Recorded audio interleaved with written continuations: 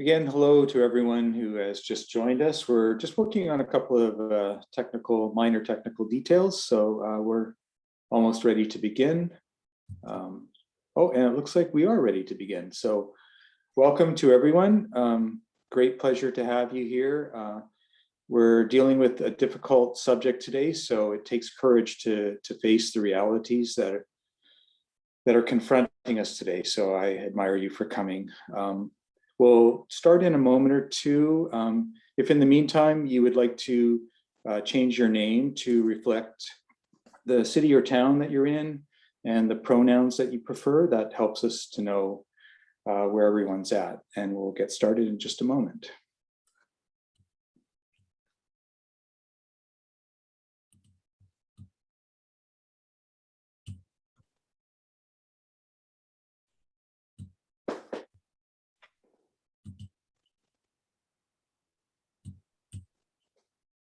Okay, so we'll get started and people may be trickling into the room. At Extinction Rebellion, we always begin with a land acknowledgement. If there's anyone who would like to do that today, just put up your hand. If there's no volunteers, I can just go ahead and do a land acknowledgement.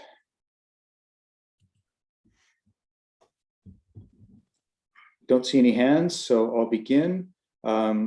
Today I'm on the traditional territories that were stewarded by the Coast Salish people for thousands and thousands of years before the settlers came and stole those lands. And the people here are the Musqueam, the Tsleil-Waututh, and the Squamish people. And I think as settlers, well, for myself as a settler, I'm always reminding myself to be aware of the lands that I'm on and be aware of the huge responsibility that entails in seeking justice for what has been done. If anyone would like to say that the territories they're on today, you can put up your hand or just put it in the chat, and we'd love to hear that. We won't do a check-in because we do have a pretty packed session. This is a really great day because it's not just one of us giving the first part of the talk, but Dr. Peter Carter, who is an expert IPCC reviewer.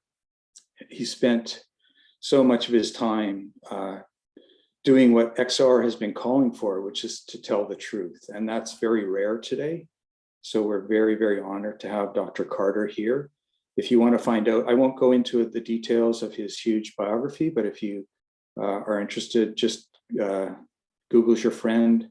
He set up many nonprofit organizations trying to tell the truth and push the policymakers into making real change. So welcome, Dr. Carter. I'll turn the microphone over to you for the first part of the chat.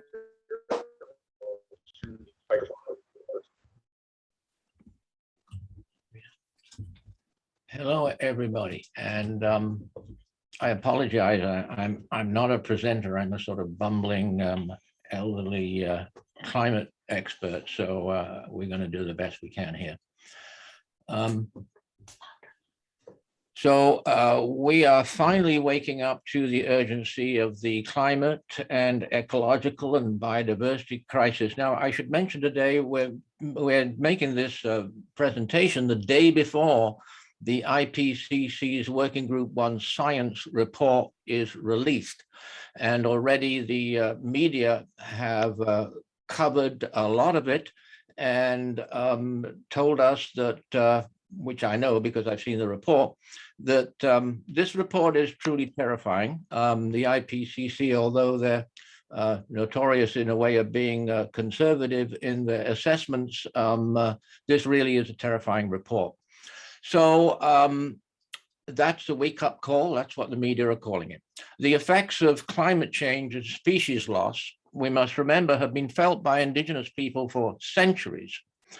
In this sense, mainstream Western science is only just catching up with what the Indigenous people have known for centuries. And as many of them have said, for example, one of the nation in the Great Lakes region, a quote, indigenous people have witnessed continual ecosystem and species collapse since the early days of colonial occupation. We should be thinking of climate change as part of a much longer series of ecological catastrophes caused by colonialism and the accumulation-based society.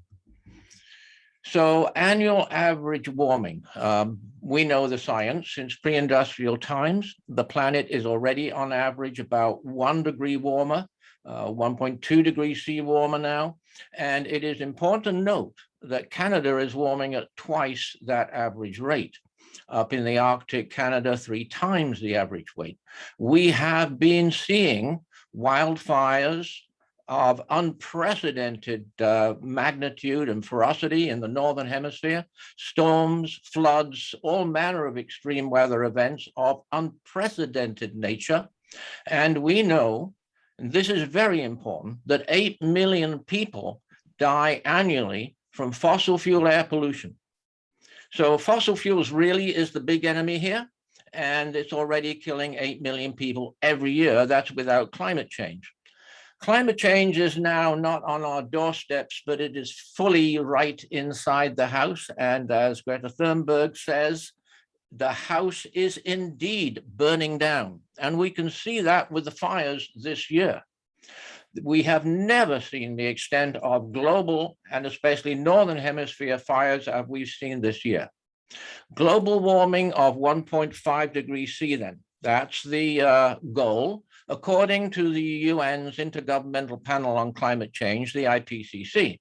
As of 2018, in their 1.5 degree C report, they told us we have just 12 years to slash emissions in half. So now we have 9 years to slash global emissions 50%. And this we must do. This is to keep warming to 1.5 degrees C by the end of the century, which really means 1.5 degrees C by 2035, because that's what's coming out from this recent science report. 2035, 10 years earlier than just a few years ago, the IPCC projected. This then is to keep the 1.5 danger limit, and it's by no means safe. It is disastrous, in fact.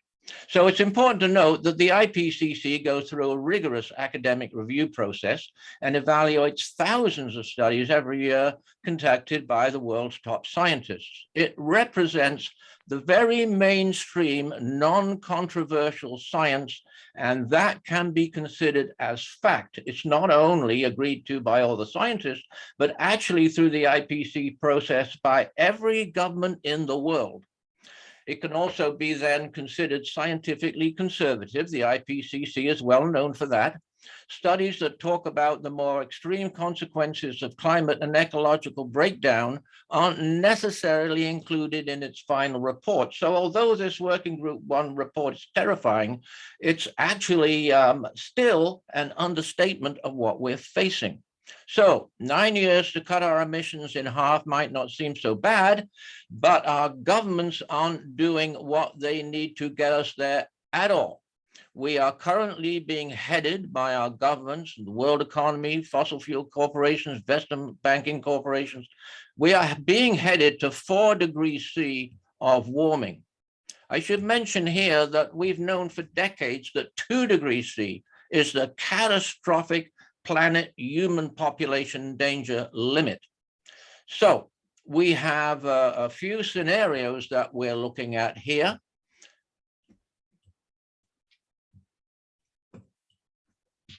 These scenarios that you see on your screen, they're from Climate Action Tracker, and their most recent update was May 2021.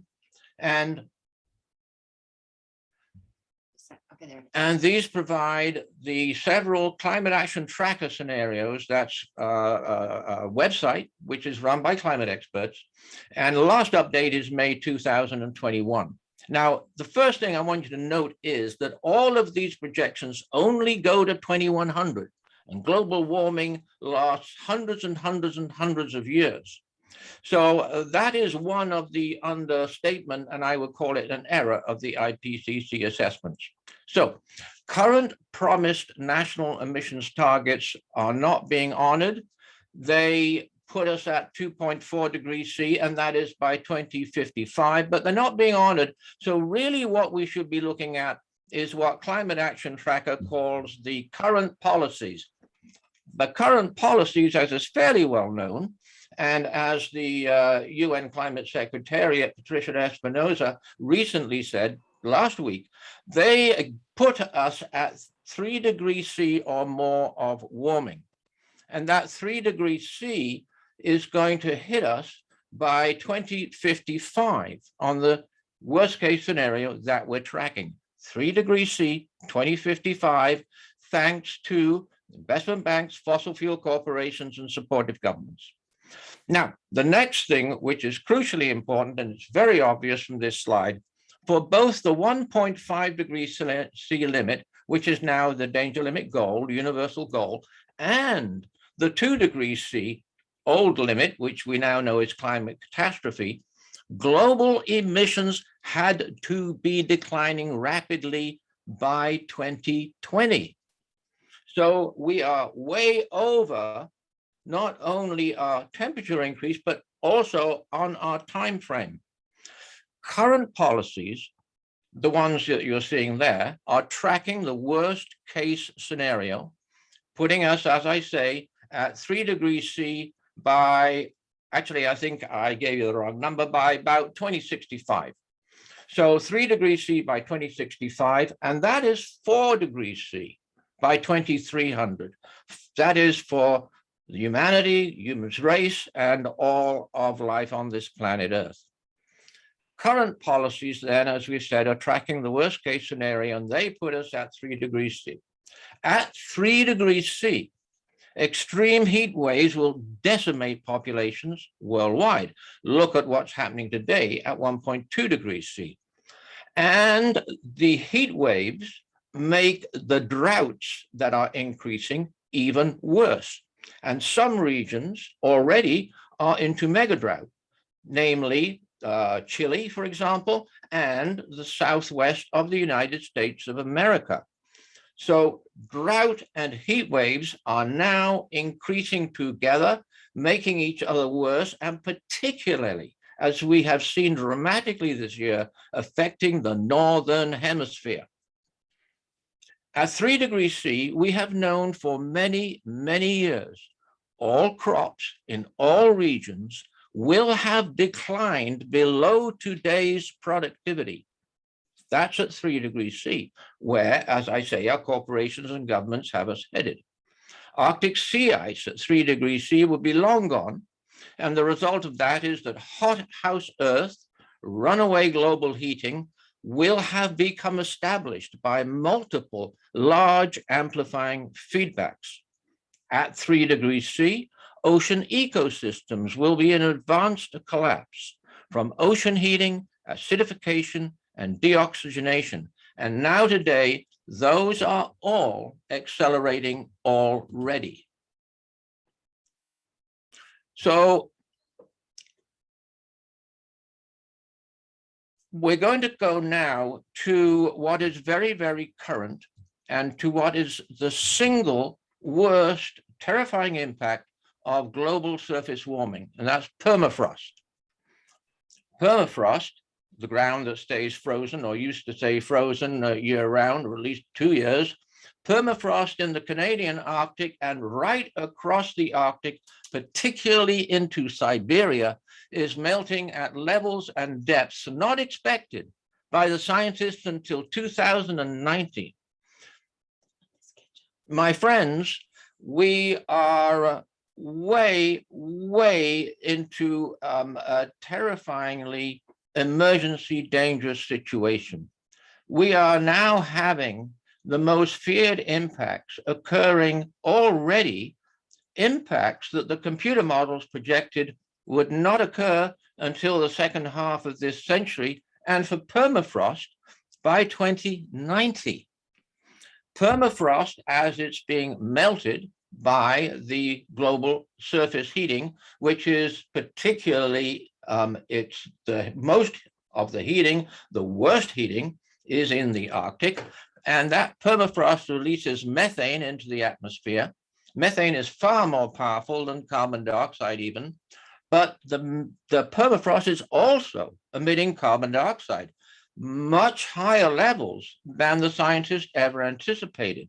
If that isn't catastrophic enough, it's also emitting the third big main greenhouse gas, which is nitrous oxide. Permafrost is now melting. It's melting at an accelerating rate, much faster than any of us ever anticipated, emitting as feedback all three greenhouse gas emissions: methane, carbon dioxide, and nitrous oxide. So this is a massive multiple feedback loop, and this is already starting to speed up the rate of global warming. We now come to another feedback, which is called albedo. The image which you've just been looking at is a very current image last week of heating and permafrost thawing with methane being emitting in an area of Siberia now 1,000 miles long. So the very worst impact that we used to call the Arctic carbon bomb is now happening. And this is the worst possible of all impacts of global surface temperature increase happening today very fast, like suddenly. So to albedo. Albedo simply means the white reflective surface. And we're talking here about the Arctic, the summer sea ice and the snow extent. And as the sea ice and the snow is melted by global warming, it's replaced by dark open ocean. Now, snow has the most albedo. Snow reflects energy from the sunlight back out to space better than anything else. And next in line is ice. So those are being replaced as the sea ice is melting away by dark open ocean surface. And yes, you might have guessed it, that's the worst in the case of albedo. It has the lowest albedo. As we lose albedo, the albedo cooling effect, this speeds up the temperature increase in the Arctic, speeds up the melting of the sea ice, and speeds up the thawing of the Arctic permafrost. Now, another very bad source of news we come to, which is what are called natural sinks. As we've been pumping more and more carbon dioxide into the atmosphere, that's had a fertilization effect on the world's forests. The forests have been greening up. Actually, the biggest forest in the world is the boreal subarctic circumpolar forest. And in Canada, we have a lot of that, but there's a lot more of boreal in Siberia and more in Scandinavia. Canada's boreal forest holds about 12% of the world's land-based carbon reserves. But warmer winters in Canada have led to an outbreak, the proliferation of the pine beetle. This started years ago, which, as we have seen in pictures, has killed millions and millions of hectares of pine forest. The spread is incredibly awesome. The pine beetles managed to skip over the Rockies. Absolutely amazing. So this vast region of dead and dying forest is now become not a sink, but it's become a feedback. So now these pine-killed beetle dead forests are emitting more carbon dioxide, and that is more, the experts tell us, than 40 years of wildfires across Canada. The pine beetle kill was the very first massive climate catastrophe on planet Earth. Climate change, though it's treated by the models as linear, climate change is not linear. We've always known this. As tipping points, and there are many of them, are reached and feedback loops are triggered, the rate of climate change gets to be increased dramatically. So we must ask ourselves now, how will this affect our everyday lives? That's everybody in the world. Nobody, as we have seen, from Siberia to South America to Brazil to Europe, floods, heat waves, North America, Canada, unbelievable heat waves. Nobody is immune from these disastrous impacts of global climate change. So some of the effects, well known, sea level rise, of course, heat waves, yes, heat waves, we all know are dramatically increasing. They're accelerating. They've been accelerating for some time. And at our committed global temperature increase, they're going to accelerate faster and faster. Now, the IPCC told us in 2014, the heat waves will be increased in frequency, in intensity, and in duration. This is a terrifying thought.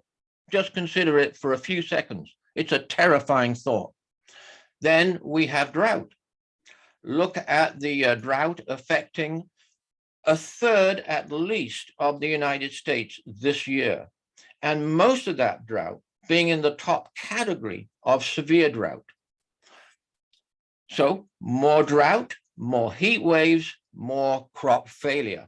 We have had major crop failures in the United States and even in Canada already this year at 1.2 degrees C of global warming, and we're being headed to 3 degrees C by our corporations and governments.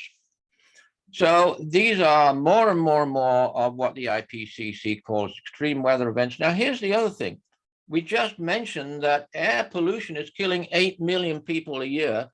That's from fossil fuels. Well, global warming increases that air pollution. Just think about that. 8 million people a year have been killed already. Fossil fuel industries are churning out more and more fossil fuel combustion, faster than ever, by the way, this year. And that will increase those deaths. So diseases, that's what we come to now. And we know diseases because we're just hopefully coming out of another wave of COVID-19. So diseases have been typical of warmer tropical regions. Diseases like malaria, Lyme disease, yellow fever, they affect large parts of the planet. But as the tropics move northwards with the global warming, and as animals are increasingly forced out of their natural habitats, it becomes more likely that we will suffer, it's practically certain, more pandemics and potentially far worse pandemics. Now, this also has been known for decades. The infectious disease experts, I remember them telling me years and years ago that global warming, climate change can increase all of the communicable and infectious diseases. And so we come to societal collapse. And this is what we are looking at today. It is staring us in the face. Mass migrations from crop failures, depleted resources. The world economy is still maximizing its GDP as much as possible and wasting resources and ruining the natural origin of those resources. Relentless disasters. These are conditions which alone, let alone combined, lead to societal collapse. So all over the world, making things even worse and more scary, right-wing authoritarian governments rising to power on the backs of the people's desperate discontent with the situation of inequality, poverty, and instability. So imagine what could happen when up to 1 billion climate refugees are on the move, and that's not far away into the future. What will happen when wealthy, energy-rich countries start hoarding even more than they're hoarding today, these resources for themselves, when the threat of starvation looms? We are looking at starvation and famine on an unprecedented scale. So obviously, global climate disruption and ocean disruption, atmospheric greenhouse gas pollution, in other words, is the social justice issue of all time. We've known for decades that the poorest nations are most vulnerable. I've just stressed the fact that we are all vulnerable now, and that is painfully obvious. But even so, those poorest nations already are being hit first and hardest. And the poor in all countries under global climate disruption are hit hardest of all. So this is why I call climate change the crime of all crimes of all time. As the climate crisis escalates and the world gets warmer, the stresses fall unevenly on those who are already oppressed. And we've seen this in the current pandemic, for heaven's sake. Really, really disgraceful. So the climate crisis is the great social justice issue of our time, and it's the issue that connects everybody in the world with every other form of injustice today. So if we are only worrying about ourselves, we are contributing to that injustice. Global climate change, ocean disruption, atmospheric greenhouse gas pollution has been coming at us for decades and hundreds of years. It's the result of an oppressive, exploitive, unjust social system and world economy. Let's pass to paradise community. Well, that's not so great. So at this point, we're going to take a minute to just have a complete quiet time to observe some of what I've been presenting and we've been thinking about so far. So let's pause and I can take a breath.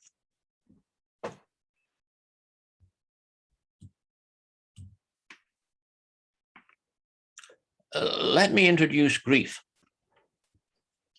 Grief is a welcome thing in this situation. Whatever feelings you are experiencing, I encourage you to allow them to percolate. I encourage you to sit with them. And we're hoping that this next part of the presentation will give you courage, because grief leads naturally to responsive action and courage.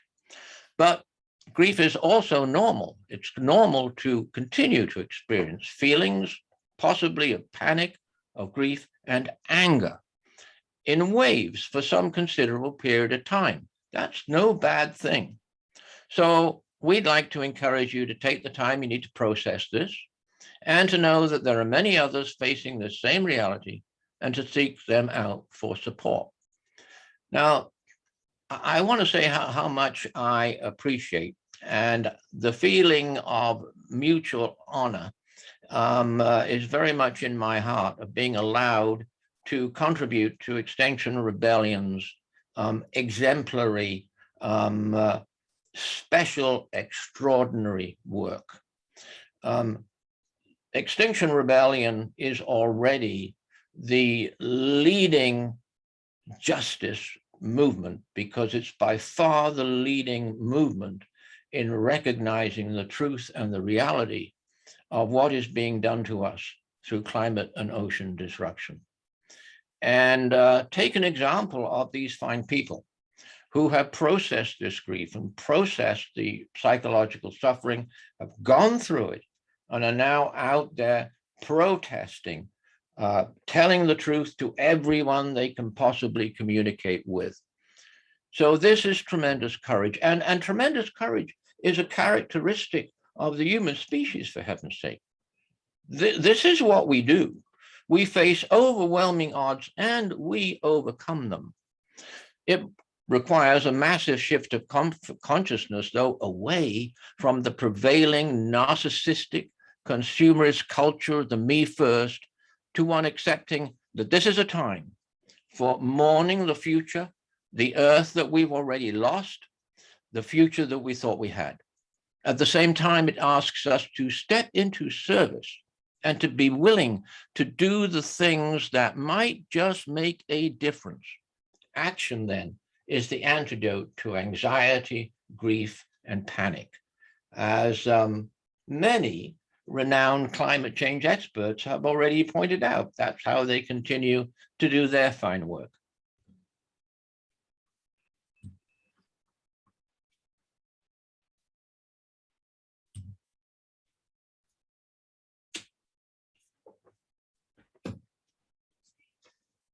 So now I'm turning this part of the presentation over, and thank you very much for listening. Thank you very much, Dr. Carter. That's difficult truth to hear, so perhaps we'll just take 30 seconds just to take that all in, and then we'll continue on with the second part of this talk, which is what do we do now? And so we'll just take 30 seconds and then begin.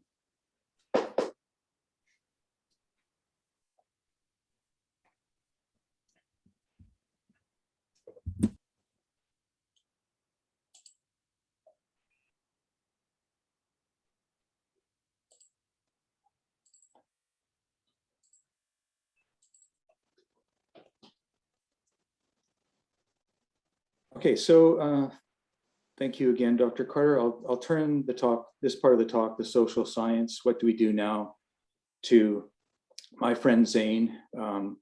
If there's anyone that I know who embodies what XR stands for and the personal sacrifice that it takes to fight against the corporate greed and the government action that is driving us to this terrible place that Dr. Carter just described, it's my friend Zain. So I'll turn it over to you, Zain, for the next part of the talk. Thanks. So before I do the second portion of the talk, I should just make clear what the purpose is of this second portion, which I would argue is to communicate a truth to the people, similar to the first half, where we were told about the science and just how bad things are. The purpose of the second half is to communicate to people the fact that Extinction Rebellion is based on a social science. And it's our job to communicate it to people that we can't afford the luxury of dogma, because, as someone recently said, because everyone has ideas for how we should move forward, but if you only have 2 years, 3 years left to build a movement that will actually result in a serious reduction in carbon emissions to net zero by 2025, we have to be ruthlessly empirical in how we decide what the next steps are. So, and before I do that, I would just like to tell people a story about the Second World War, which was part of the initial Heading for Extinction talk, but it sort of got forgotten. And that's a story about what happened when the Germans in the Second World War invaded the Soviet Union, and within a few weeks, a few million people were killed. And after that, a few years later, the Nazis invaded the Soviet Union. The Soviet Union invaded East Germany, and within a few weeks, 3 million German women were raped. And the reason why I tell that story is because that is the reality of what social collapse looks like. Because we often use words like social collapse, and we hear that from many NGOs, but we need to think about what that practically means. And the story about the Second World War is something that happened within the living memory of people who are alive right now and who are alive in Europe and North America. So it's something that's definitely possible. And that's what happens within a few weeks. And it doesn't take a long time when we hit social collapse for events like this to be common occurrences. And we need to just keep in mind that that's what we're battling against when we try to build a movement that's going to bring about the structural change that we need.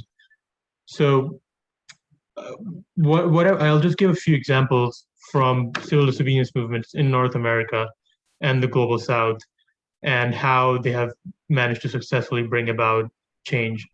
So just to begin with, the social science aspect of it, there was this person called Erica Chenoweth, who is a researcher at Harvard, and she compiled the past 100 years of social movements who had the goal to bring about regime change as a major tactic, as their goal.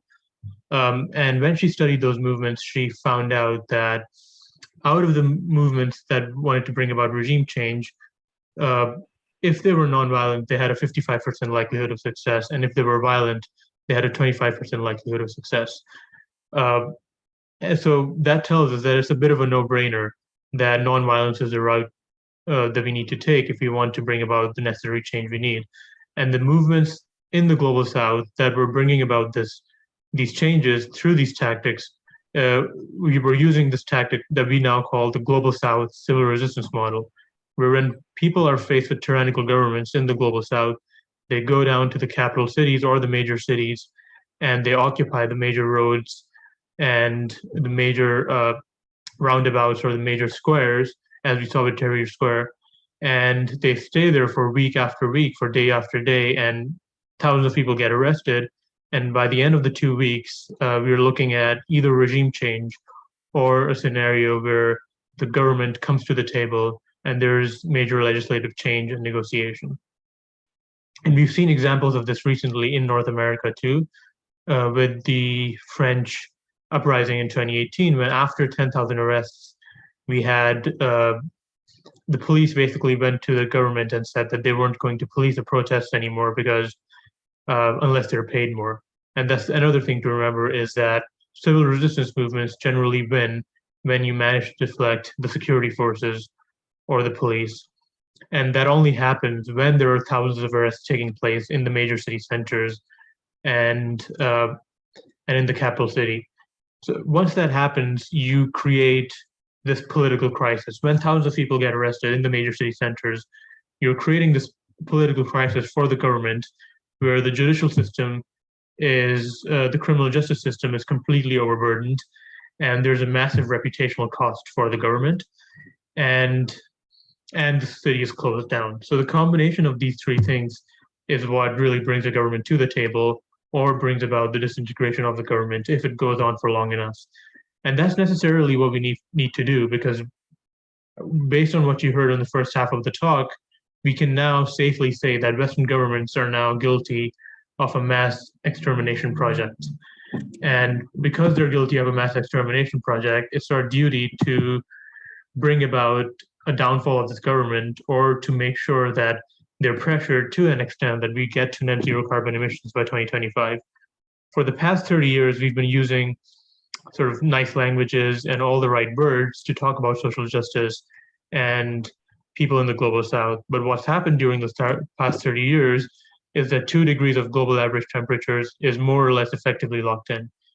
And what we need to know about that is that you won't be able to grow food in places like Africa, because you can't grow food over 30 degrees. And over the past 30 years, when we've been using the right language, meanwhile, we have locked in this scenario. So the thing to know here is that action speaks louder than words. And if you're serious about social justice and people in the global south, then it's our obligation to bring down the governments of the global north, or to bring about a movement that pressures the governments to achieve net zero by 2025. And that doesn't happen in a manner where 200 people randomly decide to get arrested together, or 2,000 people decide to get arrested together. How that works is that people on an individual level, regardless of how many people are willing to get arrested, go into the space and they get arrested on their own, even if no one else is willing to get arrested.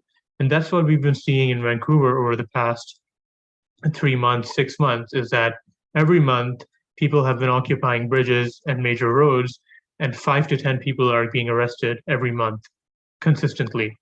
And this will all be leading up to October the 16th, when we'll be doing 2 weeks of consecutive actions in major cities in Canada, especially in Vancouver. And so I'll just now give a few examples throughout history of successful civil disobedience movements. And one example of that is the Freedom Riders. And this is a concrete sort of way to understand how mass imprisonment or mass arrests are successful.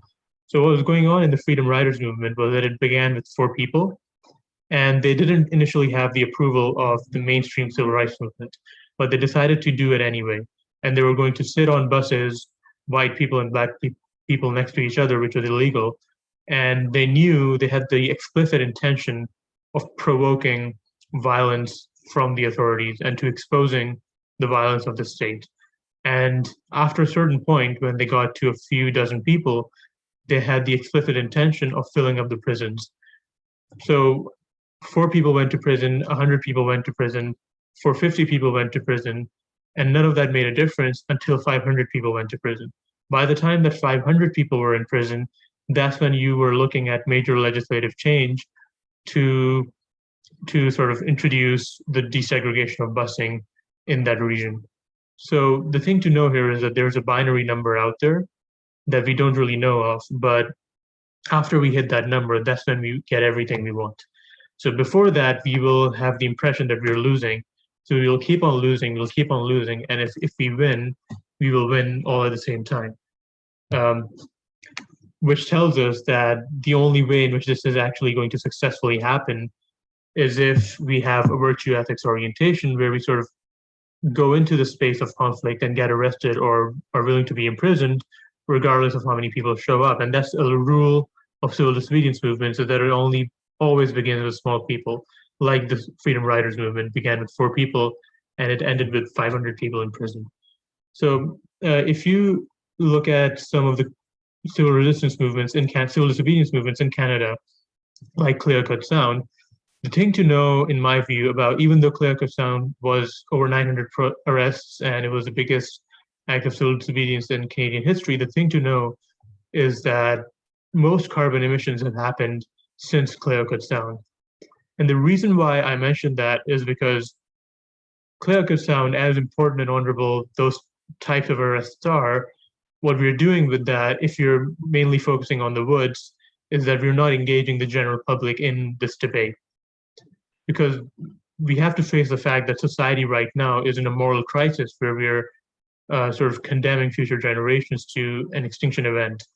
And when we do that, we need to sort of recognize that this is more than just the environment, because we all believe that there's a thing, the environment, and we need to sort of improve that a little bit, and then it's all going to be okay. But we need to recognize that society as a whole needs a national debate.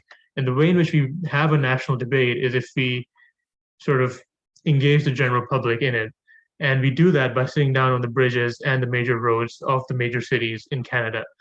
Because unless we do that, then the climate crisis won't really hit people in the face.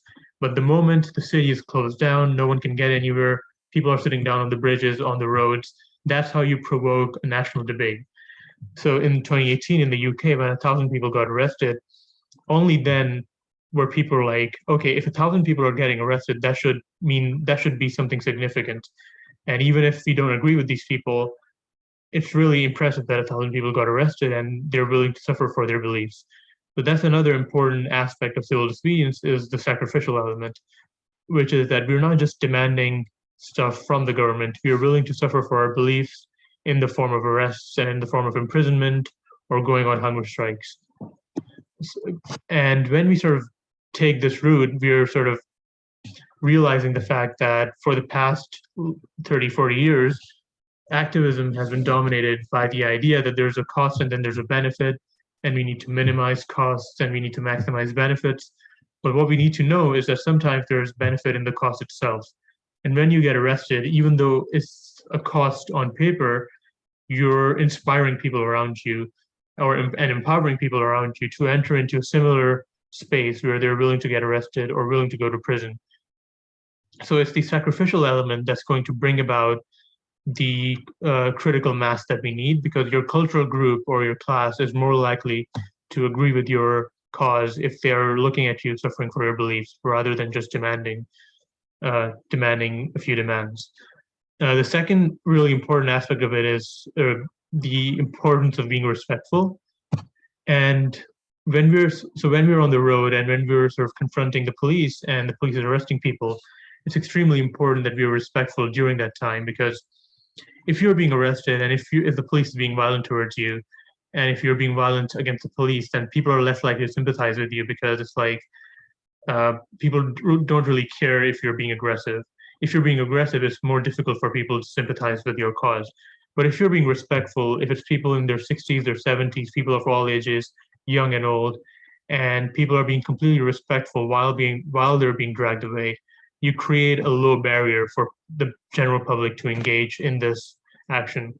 Because the moment we get aggressive, and there's a certain amount of ambiguity around nonviolence, it will soon become a violent event. And the moment it becomes a violent event, the people who are going to step out the fastest are going to be people who are marginalized, or people who are elderly, or very young people.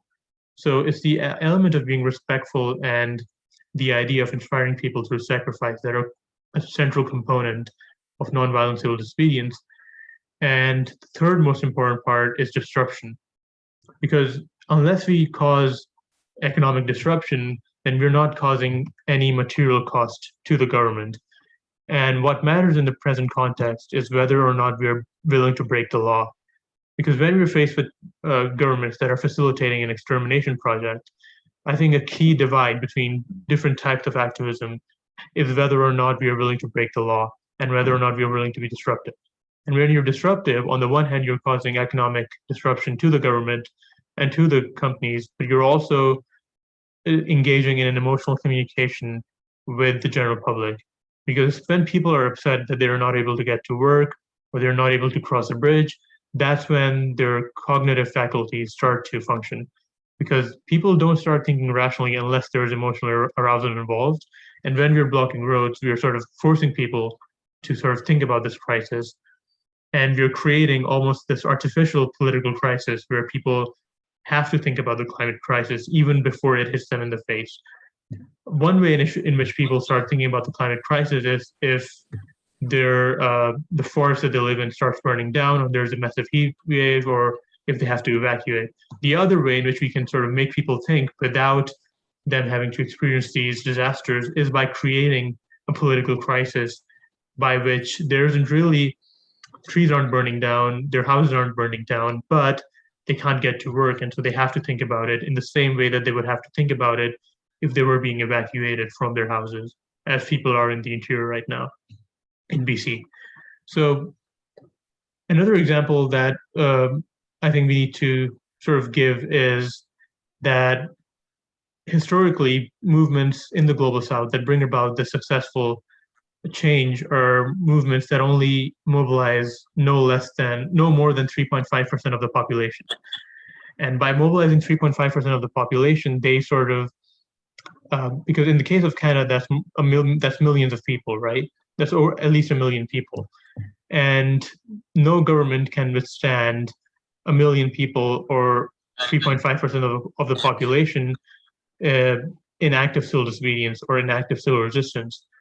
Because if 3.5% of the population is actually sitting down on the road and breaking the law, that's when there's a national debate being had for 2 consecutive weeks, and that has to be addressed by the government. So in the case of the civil rights movement, they succeeded with far less than 1% of the population, and they were still successful. And the thing to know here is that Martin Luther King was, during the civil rights movement, during the early days of the civil rights movement, he was the most hated man in America, and he had a disapproval rating of 80%, which should make us realize that this is not about convincing people. It's about communicating a truth to the public, and a great portion of the public will hate you for it, and a small portion of the public will agree with you, and an even smaller portion will agree with you to the point that they're willing to get arrested and they're willing to sit down on the roads and the bridges. And it's only those people that we're mainly interested in.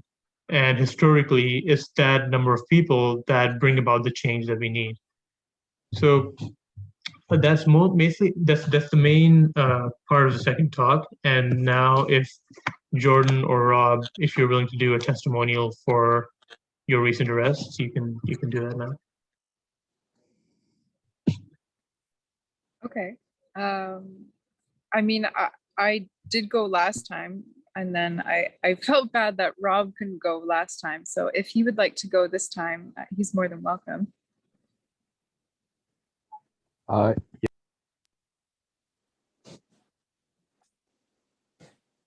Set up here. Hold on.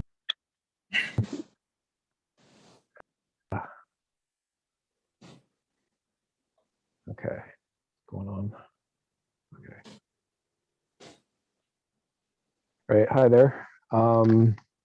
I've just recently kind of jumped in with both feet to get involved with XR. I did a little bit of work before a couple years ago, but I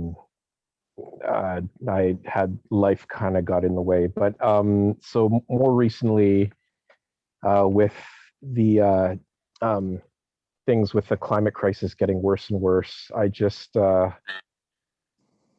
had this feeling of just wanting to take a bit more responsibility for the climate crisis that we're living in now. I'm as it's kind of already been alliterated to, us in the global north, we're vastly responsible for generating the underlying causes of the climate crisis and biodiversity loss and the global ecocide that seems to be happening right in front of us.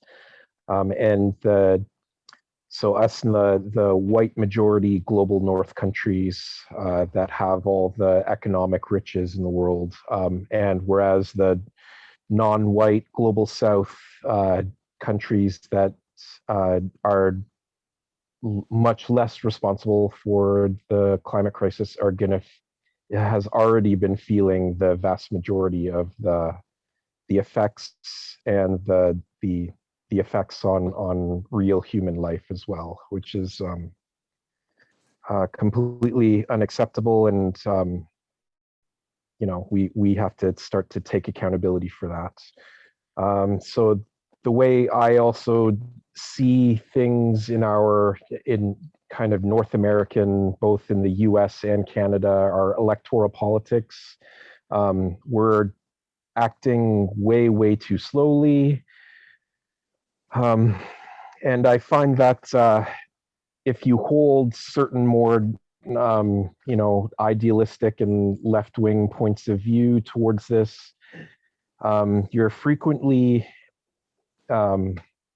but certainly in my own account, by certainly a lot of friends and family, it feels like I'm shamed into engaging what I'll kind of call as a type of respectability politics, as, oh, you have to compromise, you have to you have to be more realistic about your demands and stuff, and change happens very slowly, and you have to you have to be willing to realize that. And I'm personally, I've lost a lot of patience with that, and basically compromise with climate deniers is it's unacceptable, and it results in a pace of change that for the climate crisis as it's happening it's way too slow. There's a social justice scholar who I kind of pay attention to. Her name is Brittany Cooper. She's a Black woman based out of Rutgers University. She frequently mentions that it's white moderate people. They get to currently they get to dictate the pace of social change. And what she means that in the realm of like structural or institutional racism. And so when I hear Brittany Cooper talk about that in the context of racism, I immediately think that the same thing is happening in regards to climate change as well. It's the moderate Democrats in the United States, like the Joe Bidens, the Nancy Pelosi's, the corporate Democrats that want to reach out across the aisle and compromise with Republicans that want absolutely no action on climate change. And basically, I see the same thing in Canada with the Liberal Party. One day they declare a climate emergency, and then the next day they buy a pipeline from Ottawa. And when I talk to more moderate liberals, they seem to think that this is an acceptable amount of change, and I just think it's way too slow. So getting arrested is just my way of protesting the slow rate of change that's happening in regards to the climate crisis. The first time that I got arrested, just a couple of weeks ago, you know, it was I just kind of dove into it, and you know, there was a lot of conflicting feelings I was feeling at the time. You know, I was feeling a bit. It was exciting, but I was also feeling a bit guilty.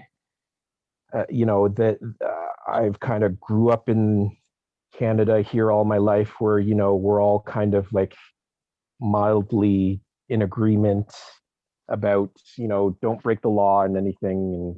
And so that there's kind of that feeling of guilt. I felt connected really with my fellow arrestees. And also on the sidelines, my fellow Extinction Rebellion members were there. They were, you know, there were people on the megaphone.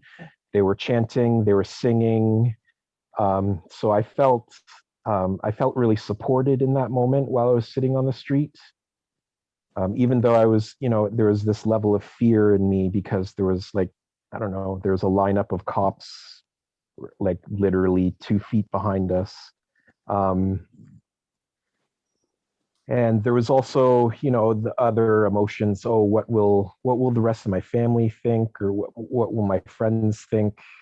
But in spite of that, you know, just my overriding mindset in that moment was just, you know, things are getting just so bad, and I mean, I don't want society to break down. I don't want, you know, like eco-fascism to kind of set in stone. And you know, the events in the United States on January 6th, where obviously people who would welcome the introduction of fascism into the United States were able to infiltrate the Capitol building. It just goes to show how quickly things can change in a very bad direction, and I don't want that to happen. So that's, sorry, I probably rambled on for a bit longer, but that's my perspective on why I chose to get arrested for Extinction Rebellion. Thanks, Rob. Jordan, do you want to give a brief testimonial as well, or? Sure. More than welcome to. I just want to say thank you for holding this space for us all. It's an honor. Yeah, I mean, a little bit about why I got arrested and how it felt. I've just been infatuated with the natural world for as long as I can remember. And my background with my schooling and everything, I'm an environmental student, and the more awareness that I've gained throughout my lifetime has just accumulated, and I felt pretty hopeless for a long time because, you know, we've grown up in this society that's been constructed. I've just felt like another number in this big system, in that, you know, we're taught at a very young age that we, you know, we're just one out of how many billion people are on this planet, and we can't do much with our own individuality, when in reality, we have so much power as individuals. So without COVID, I wouldn't be here right now. Sorry if you can hear the airplane in the background. I'm down at the harbor. I just worked. But I had an opportunity during the midst of the pandemic to move to BC, which has always been in my back pocket, and it's such a biodiverse area that I knew I would fall in love instantly once I experienced this environment. And then a few months ago, when I found out about Fairy Creek and all the old growth logging that's happening, and then the heat wave. I was actually working the first day that we experienced that such intense heat wave, and I almost passed out at work. And the more involved I got with Extinction Rebellion, it just kind of, it opened my eyes more, and it felt like I actually could do something to contribute to the solution rather than the problem. So I asked to leave my workplace early the day that I went to the Burrard Bridge protest. And before we protested, I remember we had the rally, and a few people asked if, you know, folks were willing to get arrested for this. And to be honest, I had never thought of doing something like this in my life. But I felt so compelled and honestly, like in a way obligated, because as more ecological destruction is happening around the world right now, and we are able to see it on all these different platforms, and people that are protesting all around the world, just like we are, they're being unmercifully killed, and there's so much police brutality occurring over the fact from people standing up for their beliefs. And as a privileged Canadian, it's indescribable how it made me feel to choose to be arrested and know that I would be okay. It's extremely important. I remember sitting beside Rob while we were sitting in the street, and the fact that 3 police officers immediately pushed him right down to the ground and were manhandling him and everything, it made me feel moved in so many ways. And the fact that I could get arrested and then go to work the next day, and, you know, I was unharmed. I mean, they tightened the cuffs on me as tight as they could, and I had bruises for a couple of days. But other than that, I was okay. And honestly, I would do it again. It makes me feel a little less hopeless knowing that I have this community and their support, and that I can contribute in any ways that I can. And I'm just very thankful for that. So all this to say, it was a privilege to be arrested, and I would do it again. Great. Thank you, Jordan. Thank you, Rob. We're at about 5:35, so I think we have 25 minutes left. Perhaps we could take some questions. We have been recording this session so far, but I think for the question period, we'll probably stop the recording, Zain. Yeah. So I think you have to stop the recording, Zain, because you started it.